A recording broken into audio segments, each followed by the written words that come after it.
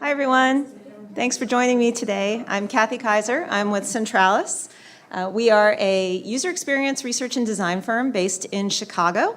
And so we do some work with museums and some work with other organizations, basically spending our time working with users of technology to figure out ways to make things more usable, more compelling, more engaging for users. And so we do this in our lab and also out in the world because people are using technology everywhere.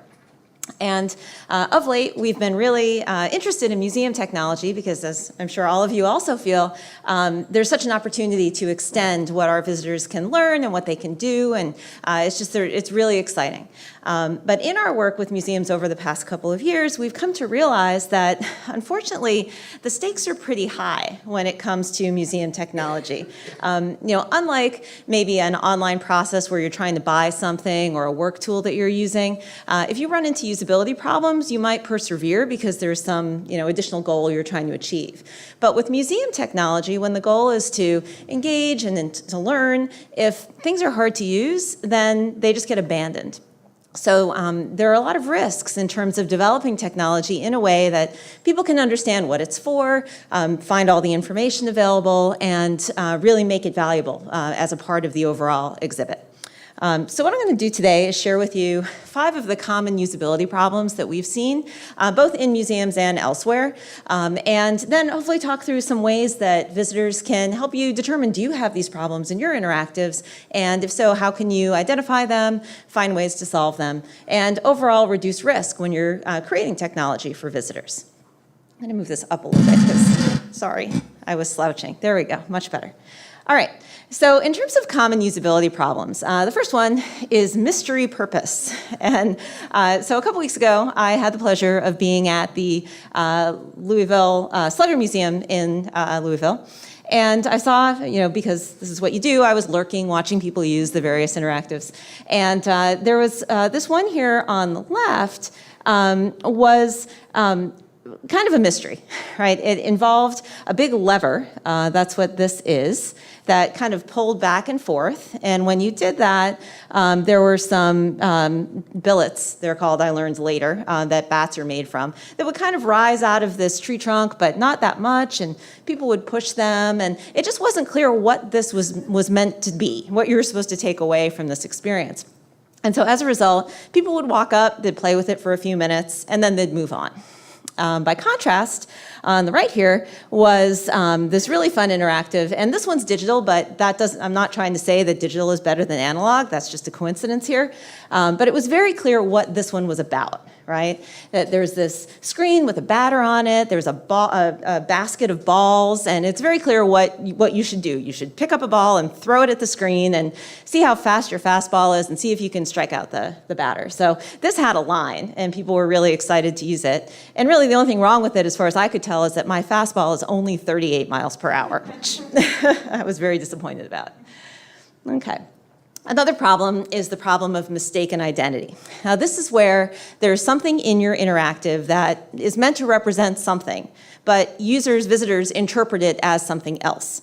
And they use that wrong interpretation as they move forward, and it causes them to make errors. So actually, I have a short video here to show you to set the context. This is a in-gallery evaluation of an app. And in the corner here, with this is a camera that's pointing down on the screen so you can see what's going on the screen. He's holding the app here, and this is just the sled that holds the camera. So it's just a sort of ordinary mobile app. And we're going to see him try to find the restroom. How would you find the nearest restroom? That's important.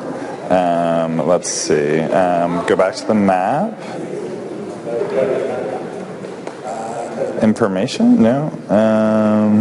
That's vital information. I guess I'd probably just keep looking around on the map until... Oh, well, there we go. They do have signs. So, that was relatively easy to catch. So that is across the hall on the right. All right. Why don't we see if we can find it? All right, let's see.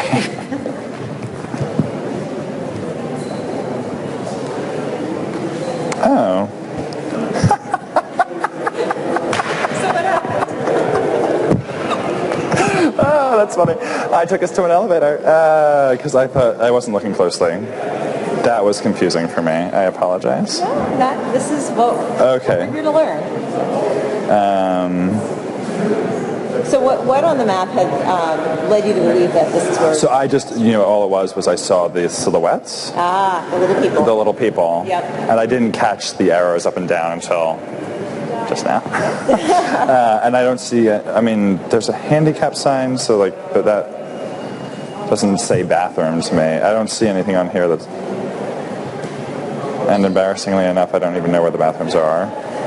So this is something I would actually use the app for. Okay. I'm going to stop there. He goes on to talk about how the map is trying to do too many things at once, that it's a map, but it's also giving you can see the little circle there, showing you some of the various pieces, and you can tap on them to see more information. And it was trying to be too many things, so it wasn't accomplishing any one of them particularly well.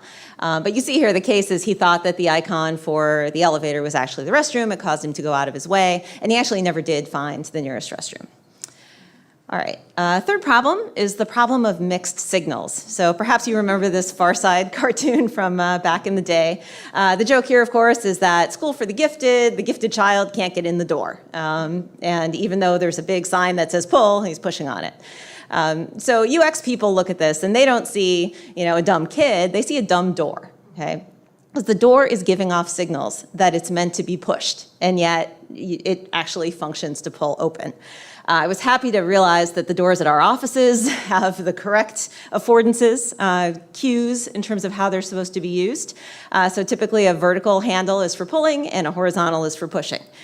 So if you give your visitors kind of mixed signals about how they're supposed to use something, they're more likely to make an error. And they may recover from it, but they might feel stupid, right? And that's not a feeling we want people to have. All right. Oh, and I had this myself, actually, back to the Louisville Slugger Museum, where I approached this display and saw these softballs and this little raised, it's hard to tell here, but it is raised a little bit, sign that said push. And so I pushed it. I pushed it a couple of times, nothing happened. I'm like, well, what am I supposed to do here? And it wasn't until later that I realized, oh, you're actually supposed to push on the softballs. And when you do, lights up here. So, thinking about what these objects communicate in terms of how they're supposed to be used, you don't really think about pushing on a round object like a softball, and it doesn't even look like there's any room on the counter for it to go down. So here, I was pushing on the thing that said push. Did feel a little stupid about that, I must admit, but not so much that I didn't take a picture of it because I knew I was going to give this talk, and I'm like, oh, this is a good example. All right.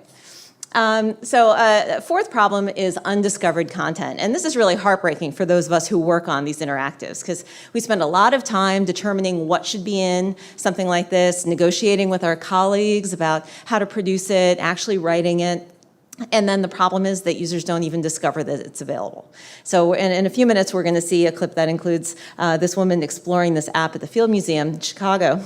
And if she were to just swipe her thumb to the left, she would find videos and additional content and images, and she just never found it. And just to this day, probably doesn't know that it's there. Okay. And then the fifth problem is the problem of unintended consequences. So this is when your interactive is interesting and usable, but it has some characteristics that cause it to be abandoned. So in this case, this was many, many years ago, so I'm sure it's very different now. But I was at the Museum of Musical Instruments in Brussels, which was a great museum, great, and very much enjoyed it. And they had this technology, very dated now, but where you would get a set of headphones and you could walk up to one of the instruments in the case and you could hear it playing. And this is pre-iBeacons and all of that. It was using some sort of radio frequency. And it was really exciting. They're beautiful pieces of art, but they're meant to be played, and so you could hear them, and I really enjoyed it. But as you transitioned from one piece to the next, it had to tune in, kind of like turning an old radio dial. And so it was all static. And, I kind of put up with it, I'm like, all right, whatever, I'm just going to move along. My husband, after 2 or 3 of these, headphones off, forget it, it's just not worth it. So it's kind of sad when you have these unintended impacts that really interfere with the enjoyment of the interactive. So these are just a couple of the problems that we've seen in museum contexts and in other contexts. They're not unique to museums. These are usability issues related to human cognition, and we see them in all sorts of products that we use. And there are many others as well. So how can you find out if your technology is suffering from any of these? And then how do you diagnose the causes and then eliminate those issues? Well, there's a great method, which we already heard a lot from Jackie about, usability testing. There's a lot written about it, great resources out there. The basics are you use real visitors, you have them do tasks while thinking aloud. If you have these three elements, you're going to learn a ton about how effective your interactive is and what you can do to improve it. So I'm just going to quickly talk about one of these. So why real visitors? Why can't you hire someone like me who knows something about interfaces and have me identify all the problems with it? Well, here's why. What do you see here? Is anyone familiar with this symbol? Yeah, I should hope so, especially if you're Cubs fans. Big day for us today. So Major League Baseball. When my daughter was 2, she had this in a little storybook about baseball, and she kept pointing at it and quacking. Like, why is she quacking at Major League Baseball? Well, when you think about it, there were lots of ducks in her world, And so look at it now. Do you see the duck? Yeah. So I love this example because it's so clear that your expectations really influence what you see. She didn't have much baseball in her world then, but she had a lot of ducks. So of course that's what she saw. And so thinking about it, when we look at our own interactives, we're too smart. We know what it is already, but we need to get the visitors to have that naive perspective. If they see a duck, they need to tell us that. We need to know it, see it through their eyes to be able to identify their true experience. Okay. So doing tasks. This is something that actually surprised me when I started working in this space because it's pretty common in other contexts to give people things to do and then watch them try to do those things. And when we first started working with museums, we would hear, well, but what if they didn't want to do those tasks? That's not natural. We need to see what they want to do. And there's certainly a place for that. That's, great data to have, observational research, see how they interact organically.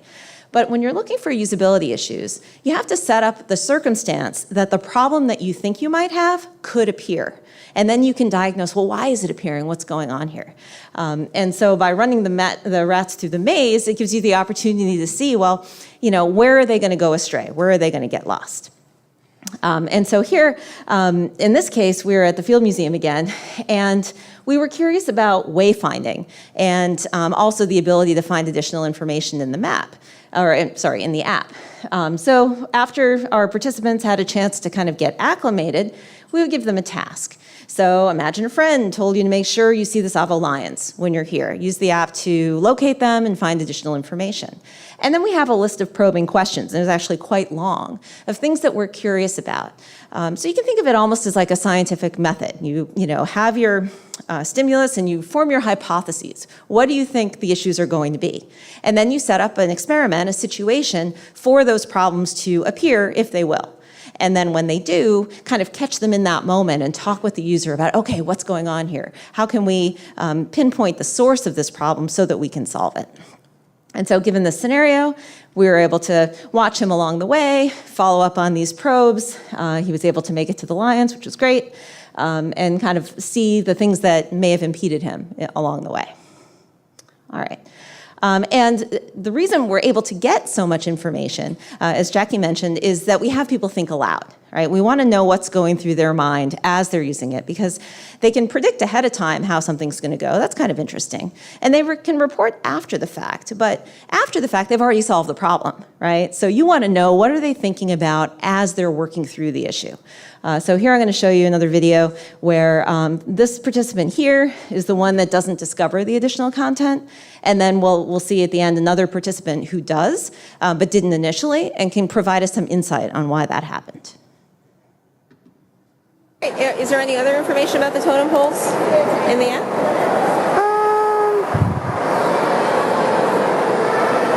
No, I don't. Okay, so you're sort of swiping down a little bit and trying to, what are you hoping to have happen when you do that? I was hoping to just open up a little bit more, but let's go with it. Okay, and that's the tours. So as we go down, I think this is just generally where we're at. All right. Yeah. So if you were, here at the museum exploring, what would you do next at this point? I will go to another exhibit. Okay. And they actually tell you about the person that collected these elephants from Kenya. And you really have a nice picture. That's a nice picture, yeah. Really, really, really nice picture of this. And yeah.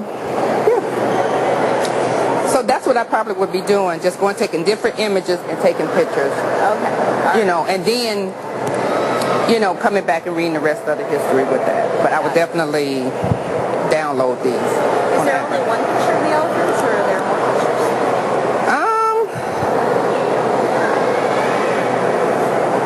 I'm honestly not sure. Well, I'm not sure. Maybe we can go here. Let's see. I don't know. That's one. Oh, it's one of 6. Oh, but that's the bears. Yeah, what's going on here? Yeah. That's the bears, and then 3 of 6. Well, how did we go to grizzly bears? Okay, so you were on the elephants. Yeah. And now we're looking at grizzly bears, and it's not really clear how that happened. Yeah, how did that happen? Okay. Yeah, I'm a little confused. That's actually nice. I do like that. I do like the video because, they're not alive here, but to see them alive, it kind of brings you closer to the exhibit. I like that part. I just don't like this, where I didn't see that. Okay. I was totally blind to that, and then I looked, what is that green spot, and I tried to touch it, and then it moved over. I think if it had like a little section, it'd be a lot easier to get to. Right, so you can hear whether they're aware of the nature of the problem themselves or not, they can provide a lot of information that you can use to say, oh, what's going on here? Okay, the app isn't communicating well enough how to get to the additional information. All right, so moving into some of the kind of nitty-gritty of how to do this type of facilitation with visitors. The overall approach is the questioning funnel. You start broad and open-ended, and then kind of get more specific as you go. And the whole point is to let the visitor lead the discussion, right? You want to hear their words for things. You want to see where the conversation, where they take the conversation, and then follow up on that, and get more specific over time. And we'll have more details about this in a sec, but I did have a colleague when I was rehearsing this say, oh, it's the questioning martini. Like, oh, you get to some really interesting what-if questions if that was the case. Okay. So while people are thinking aloud, inevitably they stop and they focus on what they're doing and they fall silent. And this is where your probing questions come in.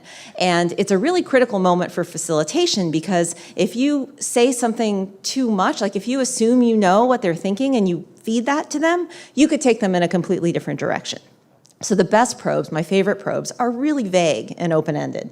Things like thoughts, right? Or you said, huh? and it's really important to pick up on these kind of little verbal cues or facial expressions to get them to amplify what's going through their mind. And even when the experience is good, right? It's not just when they're having trouble. You want to get them to describe what's good about it, right? So you may know that he's looking at something super cool and you could say, hey, you really like that super cool thing, right? No, you want him to say that. So you say, so what's going on? What are you looking at? And not only is this a better way to get data because you're not putting words in their mouths, but it's also more effective for using this to convince other people of what you're learning because they probably won't put as much stock in it if you say it, but if they've got it coming out of the visitor's mouth, well, it's really hard to discount that in that situation. All right, so a couple of things to watch out for when facilitating. Avoiding leading questions. So while you're working with a visitor, your mind's going like, oh yeah, I know why this is happening. I know what's going on here. But you want them to, again, put that out there, not have you kind of suggest it. So you wouldn't want to say something like, are you looking for the map? Because she may not even know there is a map. Right? And the map, yeah, that would be a great way to solve this task. I will look for the map. And you're like, oh, no. Instead, you want to say, what are you looking for? Right? Again, keep it very broad and open-ended. You wouldn't want to say, do you expect to find only current exhibitions within OnView now? This is a hypothesis that you're forming, right? A conclusion that you're starting to come to. But that might not be what's going on. So instead, you might want to say something like, oh, is this what you were expecting? Right. These can be kind of infuriating conversations for the visitors, by the way, especially you may have noticed in that clip, the woman who didn't know why things were happening. She's like, why are we on the bears? And I'm like, so we're on the bears. And she's like, yeah, why? And I'm like, yeah, we are. And sometimes you can warn them ahead of time, like, I'm not really going to answer too many questions, but I'm going to ask you a lot. And then, of course, you don't want to judge the participant at all. And this is kind of an easy trap to fall into, because when people do something, you want to ask why, right? Why did you do that? But when people are trying to do something that they're not familiar with, asking them why can feel like, why did you do that? What were you thinking? So try to avoid using that construction. And instead, you could say, what were you hoping for when you did that? Just makes it less pointed and a little bit more broad. And of course, throughout the experience, you want to be very supportive of the visitor. They're there to help you out. And at the beginning of the session, we always say, we're testing the interaction. We're not testing you. You can't do anything wrong here. We just want to get your feedback. But inevitably, people do feel like they are somehow missing something. I'm sorry. It's my fault. I didn't see that. The elevator guy said this. He said, oh, I should have known. And it's like, no, not at all. This is really helpful. Kind of build them up. I think I said, this is what we're here to learn. And then kind of redirect them to the interface. What do you think is happening here? Like, why do you think this problem is occurring? Get them to help you diagnose. So a few parting tips on doing usability testing. When do you do it in the process? And Jackie talked about this as well. Early and often, like we vote in Chicago. So the earlier the better to have the chance of addressing the problems. But even later on, even if you've got something that's more developed and maybe you won't have a chance to get changes in this iteration, it can be planning for the future. Or at least you can kind of set up the expectation that this type of testing can be really fruitful, so you can do it earlier next time around. If you Google user-centered design, there are a million diagrams for it. I like this one because all of the parts are roughly in order, but they're all turning at the same time, right? Because all of these things do happen in conjunction. But research is ideally underlying all of it and informing it at different points of the process. All right, where? So there are different settings for doing this type of research. Ultimately, the interactive is going to be used wherever it is situated. Mobile app will be used in the galleries. So testing it there gives you the full picture. But earlier in the process, you can do a lot in the lab or in a conference room or in your education center, where your questions are more about, are people understanding the interface? Do they understand how the information is categorized? The sort of more cognitive questions can be done out of context. And then later on, as you get closer to a product that you're using in conjunction with a physical space, then you can bring it into the gallery. And then finally, who can do this sort of testing? So I would love the pleasure of working with all of you on your projects. I just love doing this stuff. But truth be told, there's a lot you can do without hiring a vendor, an external service. There are things to learn about doing this, but it's just not that difficult. And so I point you to the books of Steve Krug, great user experience guru, who talks about how to do usability testing and kind of bring insights back to the organization in a really simple way. These are quick, easy reads and give you a lot of concrete advice. And thank you very much, and go Cubs. So we have about 2 minutes for questions. So if anybody wants to give some questions, and then we'll release you into the wild, and you can also come up and say hi to Jackie and Kathy and ask them any one-on-one questions. I see one floating back there. No, anybody? Yeah. When you're dealing one-on-one with visitors, how do you adjust results for individual visitors' mobile fluency, especially if they're shaming themselves to you vocally about, oh, I have no idea how to use this thing? Sure, because we typically use pretty small samples, anywhere from 5 to 10 people, we tend to recruit people who have at least the baseline understanding of how to use an app, because we basically don't want to lose a whole hour of session time with someone who's just learning the basics. So, it does introduce a bias, because in the real world, of course, you may have people who aren't as tech savvy, but it does help us kind of focus on evaluating the app, and then how to make the interactive accessible to people who are less tech savvy is kind of a separate question. Yeah. Random question, what are the neat little army camera things? Everybody loves Mr. Tappy. Yeah, that's the name of it, Mr. Tappy. It's made by a gentleman in New Zealand. I don't even think he's a company. I just think he's a guy who does this type of research. And it's a sled, and it's like, Tinker Toys or whatever. It has different length arms that can kind of screw together. And you can it's a smaller one for a mobile phone. They have a bigger one for a tablet. That in and of itself is just the hardware. And then the little camera is something that I bought at the Spy store. I'm not kidding. I had to sign a thing that I wasn't going to use it illegally. But it's basically a battery-operated HD camera that runs on mini SD discs that slip into the side. Thanks, everybody. Thank you. Enjoy the day. Great job.